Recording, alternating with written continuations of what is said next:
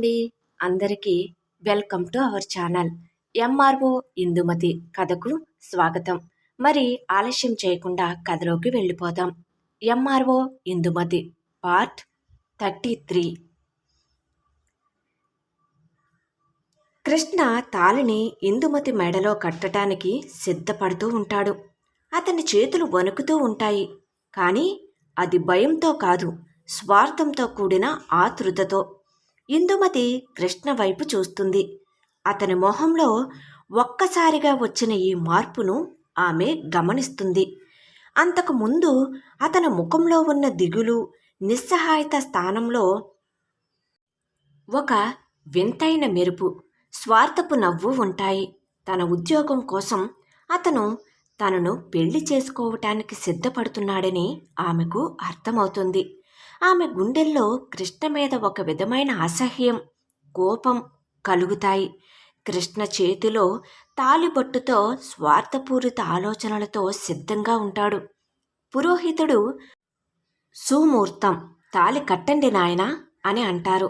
మంగళవాయిద్యాలు మళ్ళీ సన్నగా మోగటం మొదలవుతాయి.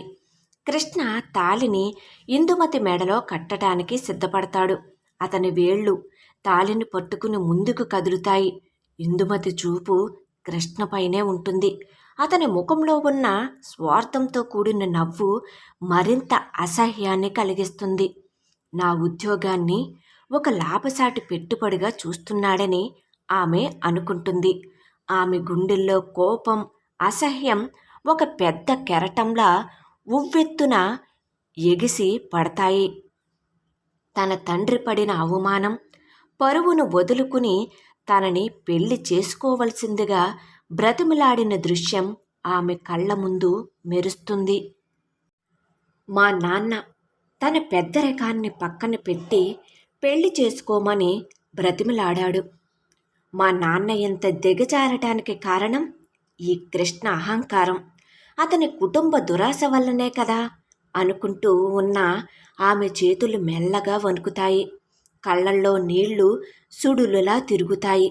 ఇటువంటి అవమానకరమైన బంధంలోకి వెళ్ళటానికి ఆమె మనసు అంగీకరించటం లేదు. పసుపు తాళి నా మెడలో పడితే నా జీవితం నరకప్రాయంగా మారుతుంది అని ఆమె మనసులో బాధపడుతూ ఉంటుంది. కృష్ణ తాళిని ఇందుమతి మెడకు దగ్గరగా తీసుకువస్తాడు. సరిగ్గా ఆ క్షణం మండపంలో ఒక గంభీరమైన, ఆవేశపూరితమైన గొంతు పిడుగులా వినిపిస్తుంది. ఇందు, పైకి లే! సత్యనారాయణ గట్టిగా అరుస్తాడు. అతని గొంతులో అంతకు ముందున్న దీనత్వం ఉండదు. ఇప్పుడు ఒక ఆవేశంతో, ఆగ్రహంతో కూడుకున్న గంభీరమైన స్వరం. అతని కళ్ళల్లో నిప్పులు చెలరేగుతాయి. సత్యనారాయణ తాను కూర్చున్న చోటు నుంచి ఒక్కసారిగా లేచి నిలబడతాడు. అతని ముఖంలో పరువు పోగొట్టుకున్న బాధ, తన కూతురు సాధించిన విజయం పట్ల గర్వం మరియు కృష్ణకి ఉన్న దురాశ పట్ల తీవ్రమైన కోపం స్పష్టంగా కనిపిస్తాయి. సత్యనారాయణ తన చేతిలో ఉన్న టవలును నేలకేసి కొడతాడు. అక్కడ ఏం జరుగుతుందో అర్థం కాక మండపంలో ఉన్న వారందరూ ఆశ్చర్యంగా చూస్తూ ఉంటారు. పురోహితులు మంత్రాలు చదవటం ఆపి సత్యనారాయణ వైపు చూస్తాడు. కృష్ణ కూడా తన చేతిలో ఉన్న తాళిని అలాగే పట్టుకుని కంగారుగా సత్యనారాయణ వైపు చూస్తాడు. అతని ముఖంలో స్వార్థపు నవ్వు మాయమై భయం చోటు చేసుకుంటుంది. ఇందుమతి కూడా ఆశ్చర్యంగా తండ్రి వైపు చూస్తుంది. తన తండ్రి ఇంత ఆవేశంగా, ధైర్యంగా ఎలా కేకలు వేస్తాడని ఆమె ఊహించదు. సత్యనారాయణ కళ్ళల్లో కనిపించిన నిప్పులు, అతని గొంతులో ఉన్న ఆవేశం ఆమెలో ఒక విధమైన కొత్త శక్తిని నింపుతాయి. ఇందు, నువ్వు పీటలపై నుంచి పైకి లే అమ్మా. ఆ తాళి నీ మెడలో పడటానికి నువ్వు చేసిన కష్టానికి, పడిన తపనకు, సాధించిన విజయానికి ఏమాత్రం విలువ లేదు అంటున్న సత్యనారాయణ మాటలు మండపంలో మారుమోగుతాయి. సత్యనారాయణ తిన్నగా కృష్ణ వైపు చూస్తాడు. అతని కళ్ళల్లో తీవ్రమైన కోపం. నీవు నీవు ఎంత నీచుడివి, ఎంత అవకాశవాదివి. నా కూతురు అప్పటి వరకు ఒక సాధారణ అమ్మాయి అనుకున్నావు, ఉద్యోగం లేని అమ్మాయి అనుకున్నావు. అటువంటి పరిస్థితుల్లో నా కూతురిని, నా కుటుంబాన్ని ఎంత అవమానించావు. నా పరువును బజారును పడేశావు. 20 లక్షల కట్నం డిమాండ్ చేశావు అని సత్యనారాయణ తీవ్రమైన గొంతుతో అంటాడు.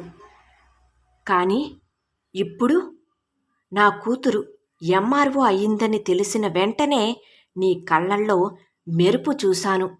నా కూతురిని బంగారు బాతు దొరికిందని అనుకున్నావు కదా. నా కూతురికి ఉద్యోగం వచ్చింది కాబట్టి ఆమెను పెళ్లి చేసుకుంటే నీ అప్పులన్నీ తీరుతాయని, నీ వ్యాపారం మళ్ళీ అభివృద్ధి చేసుకోవచ్చునని, నువ్వు సుఖంగా బ్రతకవచ్చునని ఆశపడ్డావు కదా. ఇందులో నీ స్వార్థం తప్ప మరింకేమీ కనిపించటం లేదు కదా. సత్యనారాయణ మాటలు కృష్ణను సూటిగా తాగుతాయి. అతను ఒక్కసారిగా షాకుకు గురై తల దించుకుంటాడు. అతని ముఖంలో సిగ్గు, భయం మరియు తను పట్టుబడ్డానన్న భావం స్పష్టంగా కనిపిస్తాయి.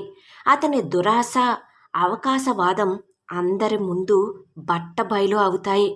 రాఘవయ్య ముఖం కూడా పాలిపోతుంది. తన కొడుకు అంతరంగం బయటపడటం, తమ దురాశ అందరికీ తెలిసిపోవటంతో అతనికి అవమానంగా అనిపిస్తుంది.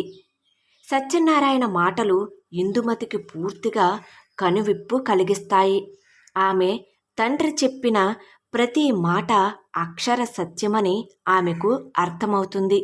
కృష్ణ తనను కనీసం ఒక మనిషిగా చూడలేదని, కేవలం తన ఉద్యోగాన్ని, తన సంపాదనను మాత్రమే చూస్తున్నాడని, తన పడిన కష్టం, తన ఆశయాలు, తన వ్యక్తిత్వం అన్నీ అతనికి విలువలేనివిగా ఉన్నాయని ఇందుమతి అనుకుంటూ అప్పటి వరకు పెళ్లి పీటలపై బందీలా కూర్చుని ఉన్న స్థితి నుంచి ఒక్కసారిగా తేరుకుంటుంది. తన ఆత్మగౌరవాన్ని కాపాడాల్సిన సమయం ఇదేనని, తన జీవితాన్ని ఒక స్వార్థపరుడి చేతిలోకి వెళ్ళకూడదని అనుకుంటున్న తన తండ్రి మాటను అంగీకరిస్తుంది ఇందుమతి. తనలో ఉన్న బాధ, అవమానం, కోపం అన్నీ కలిసి ఆమెకు అపారమైన ధైర్యాన్ని ఇస్తాయి.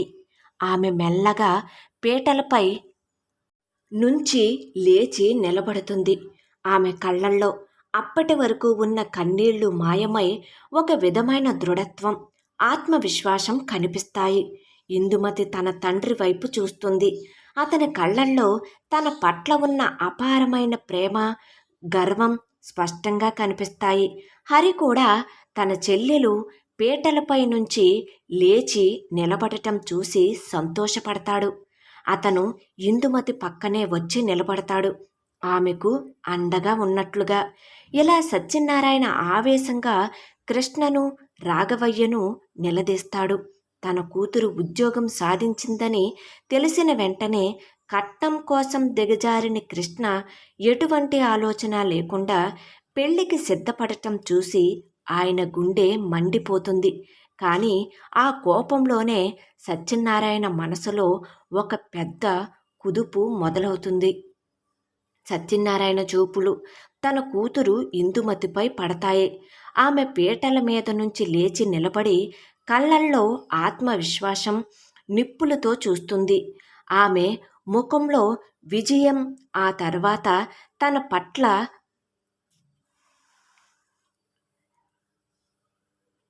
కలిగిన గర్వం, ఇవన్నీ సత్యనారాయణకు స్పష్టంగా కనిపిస్తాయి.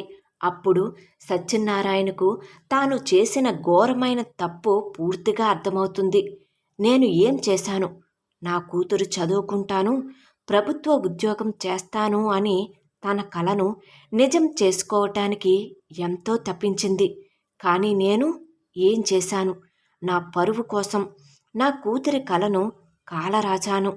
ఆమెను చదువును వదులుకోమని బలవంతం చేశాను.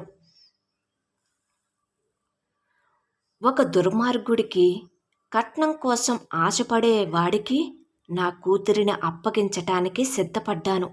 తన ఉద్యోగాన్ని ఒక డబ్బు సంపాదన చేసే బంగారు గుడ్డు పెట్టే బాతులా చూసే స్వార్థపరుడికి నా కూతురి జీవితాన్ని బలి చెయ్యాలనుకున్నాను. ఈ కృష్ణ రాఘవయ్యలు కట్నం కోసం ఎంతలా దిగజారారో, నన్ను ఎంతలా అవమానించారో, కానీ నా కూతురు కష్టం వల్ల దక్కిన ఎంఆర్ఓ ఉద్యోగం ఎంత గొప్పదో నాకు ఈ క్షణమే తెలుసుకున్నాను. నా కూతురు నా మాట కోసం పెళ్లి చేసుకుంటానని ఒప్పుకుంది. కానీ నేను మాత్రం ఆమె కలను చంపేయాలనుకున్నాను. నేను చేసింది క్షమించరాని తప్పు. నా కూతురు పడిన బాధ, ఆమె త్యాగం ఈ కట్నం కోసం వెంపర్లాడే వాళ్ళకి ఇచ్చి పెళ్లి చేయాలనుకోవటం ఎంత దారుణం! నేను నా కూతురి ఆత్మగౌరవాన్ని కాపాడాలి. ఆమె కలను తిరిగి బ్రతికించాలి. ఈ దుర్మార్గుల బారి నుంచి ఆమెను కాపాడుకోవాలి అని అనేక ఆలోచనలు సత్యనారాయణ మనసులో అనుకుంటూ ఉన్న అతని గుండెను పిండివేస్తాయి. అతని కళ్ళల్లో నీళ్లు సుడులుగా తిరుగుతాయి. ఈసారి అవి అవమానంతో వచ్చిన కన్నీళ్లు కాదు, పశ్చాత్తాపంతో, తన కూతురుపై ఉన్న అపారమైన ప్రేమతో వచ్చిన కన్నీళ్లు. సత్యనారాయణ తన కళ్ళ నుండి వస్తున్న కన్నీళ్లను తుడుచుకుంటాడు. అతని ముఖంలో అంతకు ముందు ఉన్న కోపం, ఆవేశం స్థానంలో ఇప్పుడు ఒక విధమైన నిబ్బరం, గంభీరమైన నిర్ణయం స్పష్టంగా కనిపిస్తాయి. ఎంఆర్ఓ ఇందుమతి కథ కొనసాగుతుంది. కథ నచ్చినట్లయితే తప్పకుండా లైక్ చేయండి. అదేవిధంగా దయచేసి సబ్స్క్రైబ్ చేసుకుని ఎంకరేజ్ చేయగలరండి. ఈ కథకు సంబంధించిన మిగిలిన అన్ని పార్ట్స్ కూడా మన ఛానల్లో ప్లేలిస్ట్లో సేవ్ చేయబడి ఉన్నాయండి. ఒకవేళ మీకు ఇంట్రెస్ట్ అయితే కనుక వెళ్ళి చెక్ చేయొచ్చు. Thank you.